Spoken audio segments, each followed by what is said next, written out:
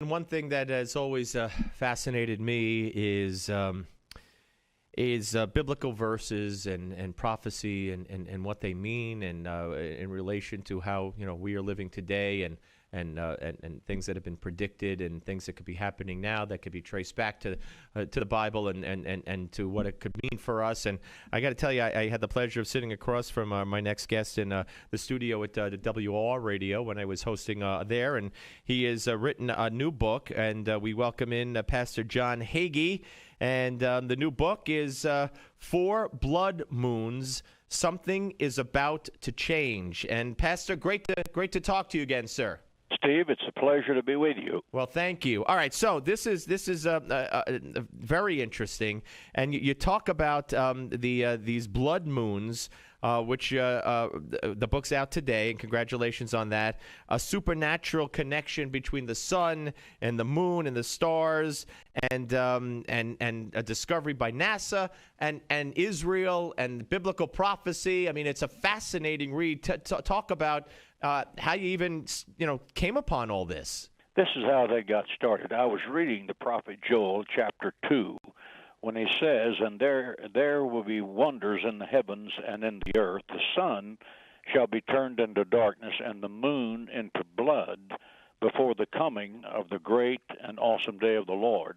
Those exact words are again reported in Acts 2:19, and then Jesus made a similar statement in Luke 21 when he said, "And there will be signs in the sun, in the moon, and in the stars. And when you see these things begin to happen, lift up your heads and rejoice, because your redemption draweth nigh."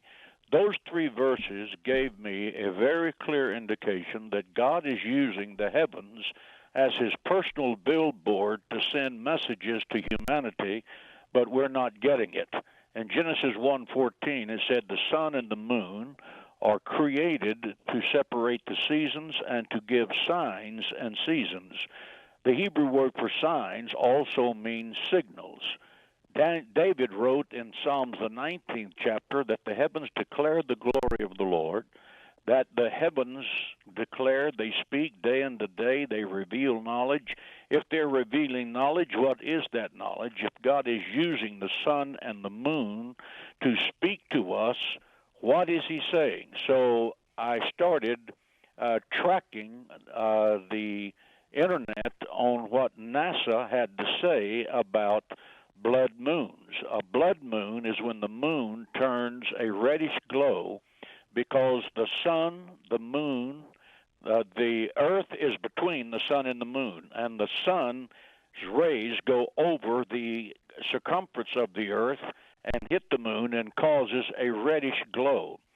I have found out that the only three times that there has been a tetrad is 4 red blood moons in sequence, was in 1492, 1948, and 1967.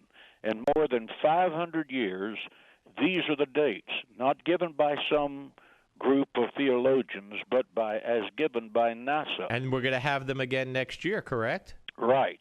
The point of the 1942, 1948, and 67 is that in 1492, it was the time that King Ferdinand and Queen Isabella of Spain kicked the Jewish people out of Spain. It was something that began with tragedy, but ended with triumph as Columbus discovered America, which became the home for the Jewish people. The second tetrad of blood moons was 1948, when Israel became a state. It began with the horror of the Holocaust, but ended in the dream of statehood.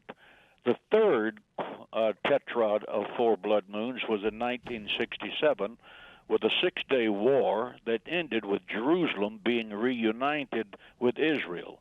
Now NASA is saying there will be only one more series of 4 blood moons in the foreseeable future. Now, it's only happened 3 times in over 500 years, and now it's getting ready to happen a 4th time beginning in April of next year, April the 15th, 2014, which ironically is Passover. The second blood moon of next year will be October the 8th, 2014, which is the Feast of Tabernacles. Then there will be a total solar eclipse where the sun refuses to shine, just like Joel said it would.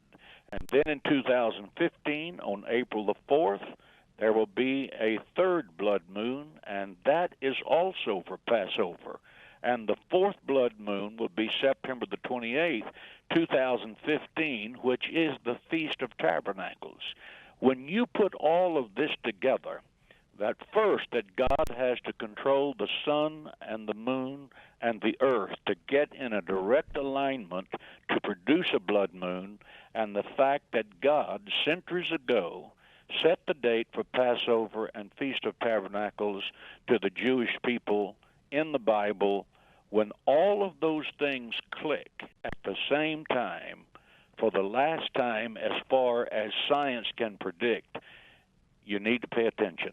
I got to tell you, you just explained that so well that I don't know how anybody could not want to go get that book and read Four Blood Moons. Something is About to Change by John Hagee, who we should also point out, of course, is the author of 4 New York Times bestsellers, including Jerusalem Countdown, and also the founder and senior pastor of Cornerstone Church in San Antonio, Texas, which is a non-denominational evangelical church, and of course telecasts and radio, and for years and years and years. But it's amazing. I'm blown away by the 4 moons that are coming.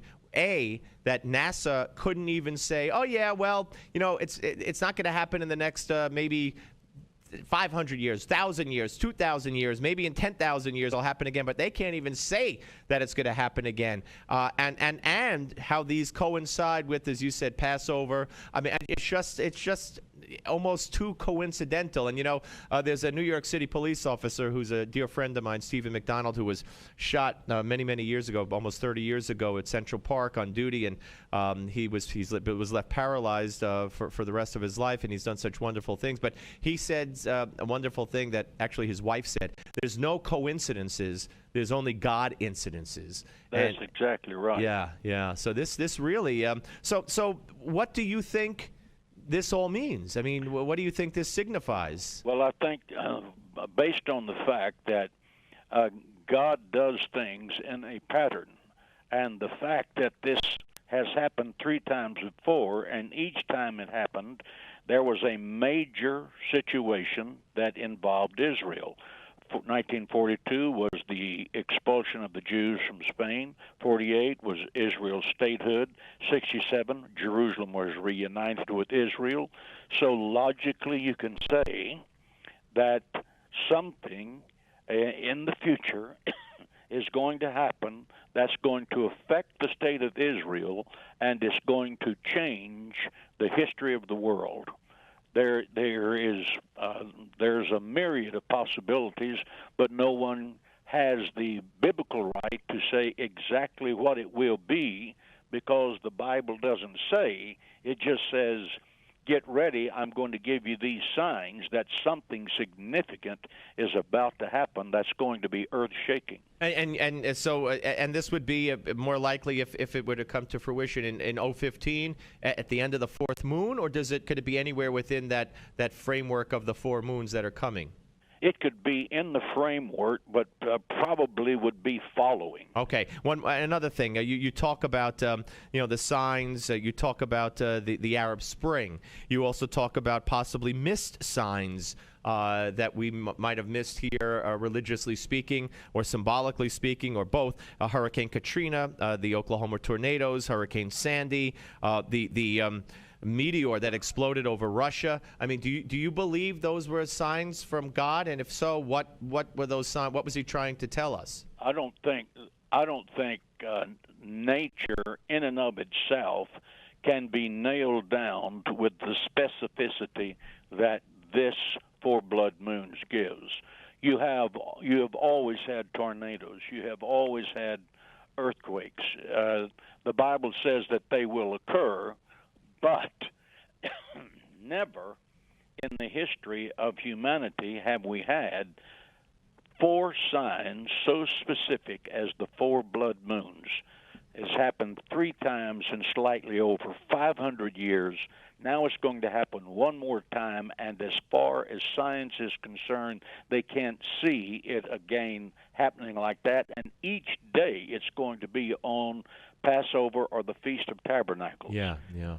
It's an unbelievable thing. Let me also point out that Pastor Hagee is the founder and the national chairman of Christians United for Israel. And, I told you this when you were with me several years ago, that as a Jew, I think it's very unfortunate that so many in our community don't welcome the friendship of Christians, no matter what or why they support the state of Israel.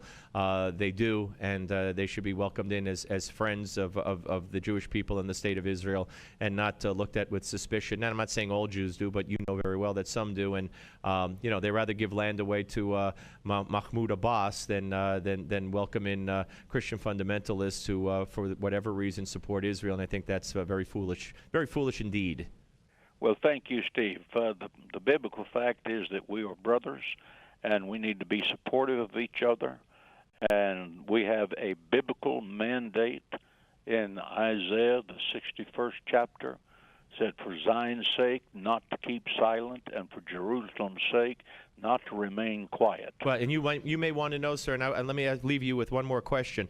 What about the slaughter, the persecution of Christians all over the Muslim world and the African nations? And we're talking about the Copts in Egypt specifically these days, but churches burned, bombed, people beheaded because they won't convert to Islam. And we, as a nation, stay silent. I'm proud to say this show has covered it extensively, and I am outraged at what has taken place. But for the most part, I have to say, Christians too in this country have stayed silent. I don't get that.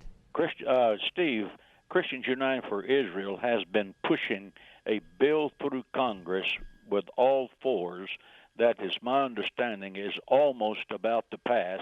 If they could get by this budgetary process we've got. But we have a bill in Congress right now that the United States government would bring aid and other sources of salvation to these people, Christians in the Middle East, who are being murdered because they refuse to convert to Islam. Yeah, well, it's long overdue, and I hope I wish you a lot of success with that and with the book, 4 Blood Moons. Something is about to change. Pastor John Hagee, great to talk to you, sir. Thank you very much. Great to talk to you, Steve. You can get that by going online to johnhageeministries.org or to bookstores anywhere. And Amazon and all the rest, I'm sure. Yes, sir. All right. Good luck, sir. We'll talk to you again. Thank you. All right, Pastor.